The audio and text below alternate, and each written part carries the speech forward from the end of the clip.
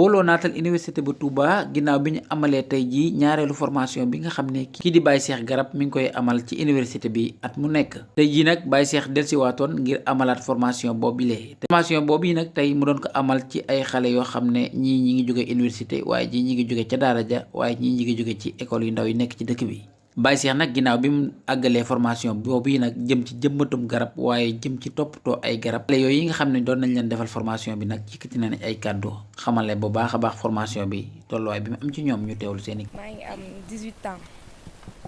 élève en seconde L. waaw maa ngi tudd Cheikh Ibra Fall Gueye nekk université def licence. Mouhamadou Sène jóge fii ba Touba ci ñëwoon fii ci formation bi nga xam ne muy indi woon. affaire yi di nga jàng non seulement di nga ci jariñu te tamit suñ la jàngalee pare nga mën ko di ko utiliser pour tamit yeewaat ci ñëpp. dama jàpp ne ak yokkute la ndax wax dëgg yàlla ñëw nañ fi depuis ce matin ànd ak suñu encadreur Baye Cheikh Garab mu bàyyee ko fii ba France ñëw dolli ñu loo xam ne si garab mosuñu koo xam ndax dañoo jàpp ne maximum morom ak morom rek garab daal garab la rek comme ñëpp mais jàngat neen si lu bëri ça soit muy si garab li muy apporter nit ki wala lu ko nit ki jëriñ wala lépp xam ni yamul nag si li ñuy jëmatee garab. liggéey garab moom dafa doon loo xam ne dafa gën ndax it comme ni ñu ko bàyyi si ni ñu ko suñ Baye Cheikh waxee rek nee na adduna bi moom boo ko xool li fekk solo ci liggéey garab la ndax it boo xool lépp lekk muy lekk wala lépp rek ndax mi ñu ko doon expliqué bañ a expliqué sax ci wàllu daara yi naan wàllu aliwa yeeg bant xalima yeeg daa yeeg ba ci français bi sax tey yi ñuy jàngee yëpp boo xool ci garab la jógee. bon doon naa ci dégg ay tuuti mais comme tey liñ ma wan nii moom bon maa ngi koy soog a am na yoo xam maa ngi ko fii soog a découvrir ci garab yeeg yooyu waaw mokkal naa ko dugg na. waaye xam ne ne njëriñ lu mu ñu amal ndax am na question bu mu ñu posé mooy si benn moo garab lan la mën a tekki muy tout te su ñu nee tout nag mooy lépp ndax gis na ni ba yëre ñu sol muy coton yeeg lépp lu ñu utiliser li ñuy togg ak li ñuy lekk ak li ñuy jëfandikoo ak ba si animaux yi lépp maam soo xoolee jeexantal ba soo ko toppee jeexantal ba garab lay doon. kon garab moom doon loo xam ne lu am njariñ la sa yëpp bàyyi seexat li Seex Abdoulaye laa wax rek naan nit moom boo xoolee waxi démbam ak waxi tayam bu dëppoo rek xamal nit a nga noonu sa moom la gis ci moom ndax it lim ñu wan rek moom lay def sa it li gën a neex ci ki lay jàngal mooy di la jàngal pare gën la kaa bëgg sa it ci loolu la nekk. kon doon na loo xam ne tey duñ war a fonk la non seulement wax nañu fu mu jógee avant suñu maam Aadama loolu yëpp mi ngi ci biir formation bi en plus war nañu lu ñuy jëmbatee garab en plus matériels yu ñu koy utiliser yëpp indi na ko waaw su mel ñoom koroog leneen ak leneen ainsi de suite. waaw góor ak jigéen mag ñeeg ndaw ñeeg ñëpp mën nañ koo jàng parce que bokk na ci loo xam ne tey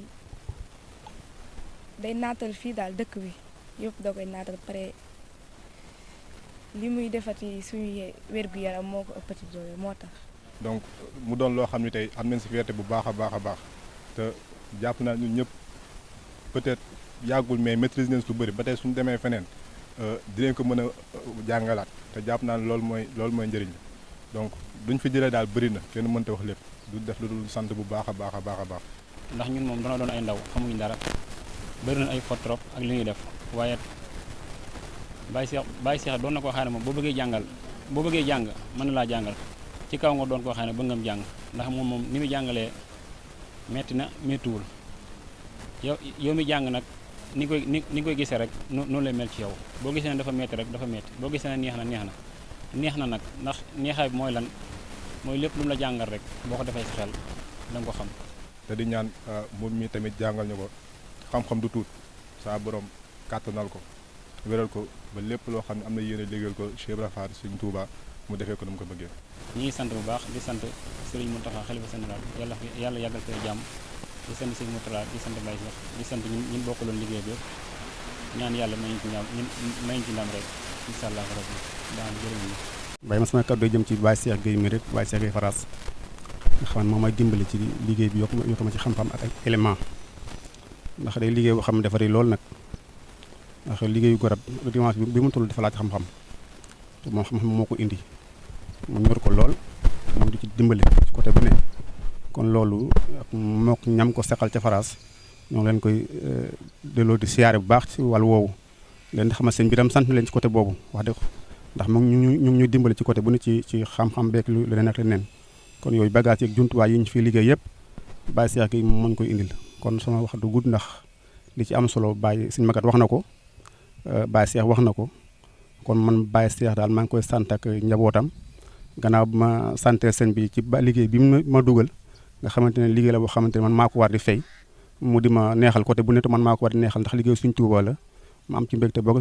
lool di sëñ bi lool la sant bu baax ci wàll boobu. Nous remercions vraiment du fond du cœur Sëñ Mountakha, l'initiateur principal de ce projet, où est actuellement qui est incarné justement par le groupe de Bolo Natul Touba. Alors, cette initiative en soi, nous sommes